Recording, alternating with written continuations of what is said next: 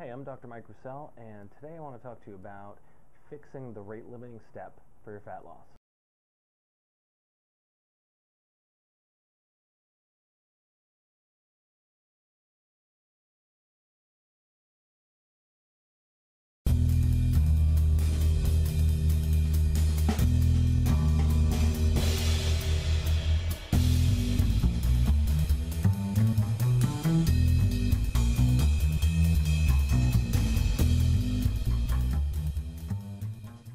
So when it comes to working with clients, one of the things that I pride myself in doing and like to do right off the bat is figure out what's the rate limiting step for them, and then we focus specifically on that and fixing it.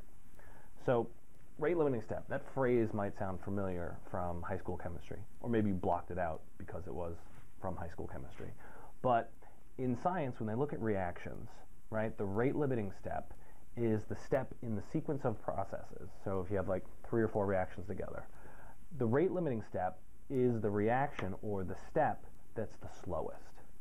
And so if this, your chain of reactions is only going to be able to be as fast as your slowest step, that rate limiting step. And so when I apply that to fat loss, right, you're only going to be as good and you're only going to lose as much weight as the rate limiting step that you have is allowing you to do. So what is the thing that's holding you back? If someone came to me and they wanted to lose weight, I could probably give them 30 things off the top of my head that they could do to lose more weight. But if it doesn't fix the one thing that needs to be fixed, the one thing that's really holding them back, the one thing that takes the brakes off what they're doing, then those 29 other tips don't really matter. So that's really the key. That's kind of the key take-home message of today's video. And what I find for most people, the rate-limiting step is adherence. So sticking to the plan, doing what you say. As I always tell my 4-year-olds, do what you say you're going to do, right? And that's always the biggest problem with people in their diets, is sticking to the plan and following it through. So when I'm going to sit down with a client and we're going to break that down even further. Okay, so the problem is you're not sticking to your diet. Why aren't you sticking to your diet? You're not sticking to your diet not sticking to your diet, but why aren't you following your diet as well as you need to be to lose the weight? So some reasons could be work, right? A lot of guys, men and women in the financial district that I've worked with and talked to in the past and consulted with, one of their issues is they're great at work, but work also requires a lot of business dinners, right? So they're great during the day, but then at night, just part of the job is going out and eating, having lots of drinks, and it's hard to rebound and make up for that. So for them, that's the rate limiting step. For a lot of some other clients, some of the athletes that I work for, their schedules, they're really busy, and so their schedules would be having the food there prepared for them to eat. Now, I would say that's the issue for most people, but with professional athletes, they have the means to then have someone, prepare custom design, meal plans that I'll create for them, so then they can then just pull them out of the fridge and eat it. And if you can get yourself in that situation, that's perfect. But private chef is not really something that everybody can do, right? So having the food there and ready is a big rate limiting step for a lot of people, because that directly impacts adherence, and how well you adhere to your diet directly impacts how much fat you can lose. So I can give you another example, kind of building on that, from a client. And she was great, very enthusiastic, wanted to change, very motivated, and like most of the time when I first start working with someone, gave her 3 things to do, right? Nobody gets a diet. Like week 1 with Dr. Mike, nobody gets a diet plan. You get 3 things. And one of them is usually plan your meals, and the other one is probably going to be you have to eat fruits and vegetables at every meal, right? Those are 2 very common steps, because it's amazing how many people don't do that.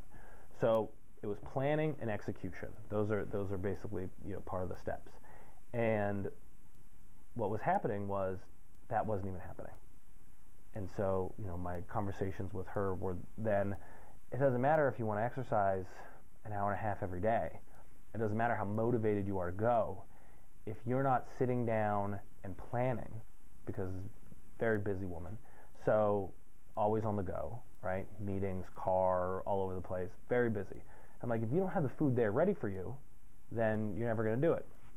So that's when we looked into some, she wasn't to the point where she was hiring a private chef, but we looked into some meal delivery services, and we used the sponsor for this series, Diet to Go. And so we used Diet to Go. They had a low-carb diet plan, which was great because a lot of times, two of the problems we run into, and I've run into in the past with clients with meal delivery services, is they're too high carb and the food is frozen and gross. So with Diet to Go, she had used Diet to Go, or she was using Diet to Go. I had started using it as well to try the foods, which my wife and I both enjoyed.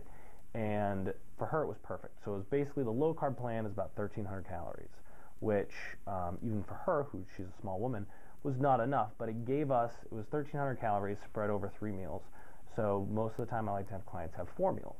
So we had the 3 meals that she was getting, plus we had another meal and the workout nutrition. So it gave us good flexibility to play with the calories while also her having the food that she needed.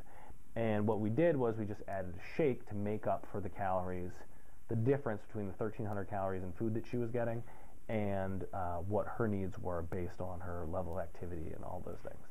And what we found was we took the brakes off her success with that moment. The packaged meals that were great because they weren't ever frozen, they were low carb, and they had lots of green vegetables, so kind of all winners for me. That allowed her to basically just focus on execution. And then when it was time to eat, she ate the food.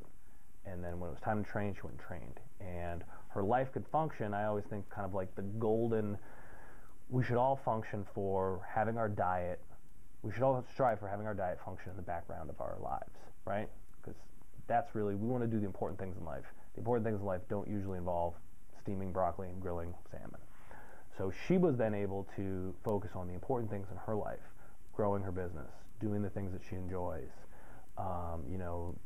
going out and making things happen in regards to her entrepreneurial ventures, and not always beating herself up about food prep because it just wasn't going to happen. And there comes to a point where you just need to be honest with yourself. So for her, took the brakes off, and we've been off to the races ever since. So that's specifically when we look at the rate limiting step for fat loss. I want you to take some time and think about that. What is your rate limiting step for fat loss? What is the thing that's holding you back? Is it, like my client, meal preparation and adherence as a result? Is it you don't get to the gym as much? Is it like the financial sector clients where work's requiring you to do and consume things that you normally wouldn't, right? So how can you fix that? Sit down and think about that. That's probably the most important thing you can do. Has nothing to do with macronutrients, calories, protein, fish oil, all the things I love. Has nothing to do with any of that, but it has everything to do with your success. So think about your rate limiting step, what it could be, and then how you can take it and speed it up and basically take the brakes off your success. All right? So I'm Dr. Mike Roussel. Thanks for tuning in, and we'll see you soon.